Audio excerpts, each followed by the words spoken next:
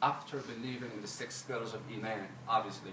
So you can call yourself a believer, and a mu'min is when you give in the sake of Allah the things that you truly love. Then we can call ourselves righteous servants of Allah. قولوا ما تسمعون استغفر الله لي ولكم فاستغفروه إنه هو الغفور الرحيم.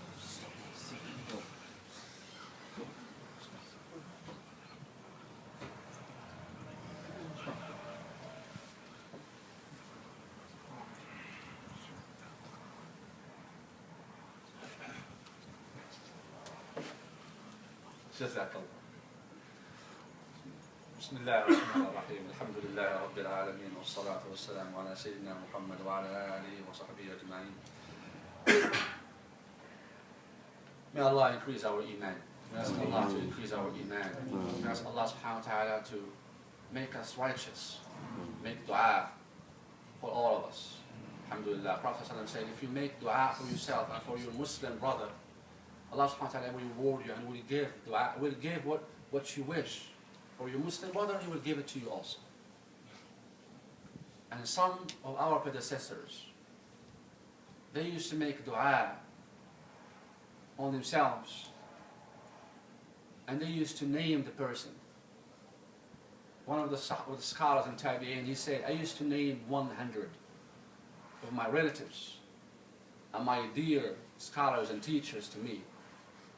I seek Allah's forgiveness, and I ask Allah to repent on them and to bless them, to have mercy upon 100. Oh Allah, forgive my brother Muhammad. Oh Allah, forgive my brother Yasin. Oh Allah, forgive my brother Kareem. Oh Allah, forgive my brother Abdullah. And he names them and he makes dua for them. Because in the day of the judgment, Allah subhanahu wa ta'ala will reward you for this. And wallahi, brothers, there is no weapon harder and tougher than the dua. Than the dua. At the time of Abdullah ibn Mubarak and Al-Qadi Ayyan, those big scholars of hadith in the 2nd century, they went through a rough time of drought. And Abdullah Mubarak went to Medina to see some of the scholars of hadith, and he saw Fudayl ibn Ayyan. And while he was walking, and this is the time of drought and hardship, and they haven't had rain for a while, Abdullah Mubarak is sitting in the masjid of the Prophet ﷺ, and he's hiding. This is about the night time when everybody's asleep, and he saw this man. He looks very poor. He's not dressing up well, and he's never seen him before. And he heard him making dua. Oh Allah, I swear by you. Oh Allah, Ashhad, I witness, I bear witness that there is no Lord but you. There is no Allah but you. Oh Allah, I witness. And he's swearing on himself to make rain happen. So it can rain. And he's crying. And he's swearing. Abdullah Mubarak is sitting there and looking. And he said, Wallahi. A moment later, the whole Medina is flooded with water. Rain. That man that he's never seen in his life before. And he said he looked dirty, he looked poor. So you never know whom Allah subhanahu wa ta'ala will respond and answer the dua for. And he went and he told the story, he told Fudayl ibn Ayyan. When he told him this, Fudayl ibn Ayyan started crying and tearing until he drops his knees down. And he said, no matter how we are, no matter if we memorize thousands of hadiths of the Prophet ﷺ, Allah subhanahu wa ta'ala can prepare us of someone who is poor, who is needy, who doesn't have anything. Allah will answer him. Allah will answer his prayer. And He may not answer someone else's prayer no matter what he does. That's why, brothers and sisters, please make dua. Prophet ﷺ said, "Ad-du'a huwa al-ibadah." The dua is the worship. Dua is a type of worship. just like salah, just like zakat. Who are you asking? The Creator who created 7 heavens and 7 earths. That's who you are asking.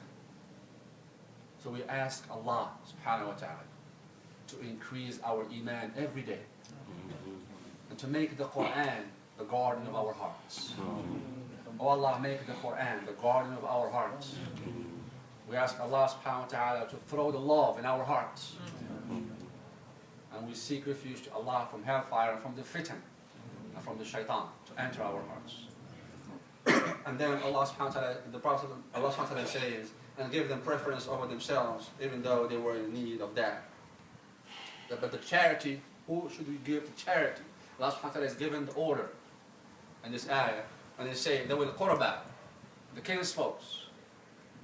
They will qurba, the one who are close to you, refers to relatives who have more rights than anyone else who wants charity, as the hadith is supporting here. The Prophet ﷺ said, الصدقة على المساكين صدقة وعلى ذي الحرم اثنتان. الصدقة على المساكين صدقة وعلى ذي الحرم اثنتان صدقة وصلة فهم أولى الناس بك وببرك وإعطائك. Prophet ﷺ is saying here, sadaqah, charity, given to the poor is a charity, while the sadaqah given to the relatives is both. It's a sadaqah and it's a sila, which is a nurturing relations, keeps the love between us. For they are the most deserving of you. Your relatives, they are the most deserving of you and your kindness and charity.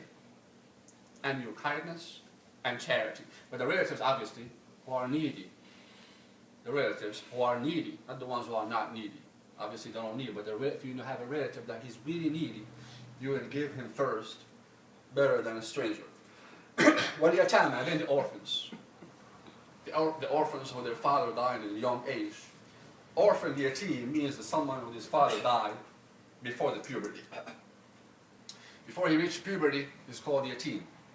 After that, he's not called the yatim. What the masakin, the needy, explain no food, no clothing, no dwelling. So we ask Allah subhanahu wa ta'ala العفو والعافية والمعافاة الدائمة في الدين والدنيا والآخرة. اللهم اهدنا فيمن هديت وعافنا فيمن عافيت وتولنا فيمن توليت وبارك لنا فيما أعطيت وقنا واصرف عنا سوء وشر ما قضيت إنك تقضي ولا يقضى عليك إنه لا يعز من عليك ولا يذل من واليت تبارك ربنا وتعاليت. اللهم إنا نسألك الجنة وما قرب إليها من قول وعمل ونعوذ بك ربنا من النار وما قرب إليها من قول وعمل. رب آت أنفسنا تقواها وزكيها أنت خير من زكاها أنت وليها ومولاها. اللهم بارك لنا فيما أعطيت اللهم بارك لنا فيما أعطيت وقنا واصرف عنا سوء وشر ما قضيت إنك تقضي ولا يقضى عليك. اللهم إنا نعوذ بك ربنا من الهم والحزن من العجز والكسل ومن البخل والجبن من غلبة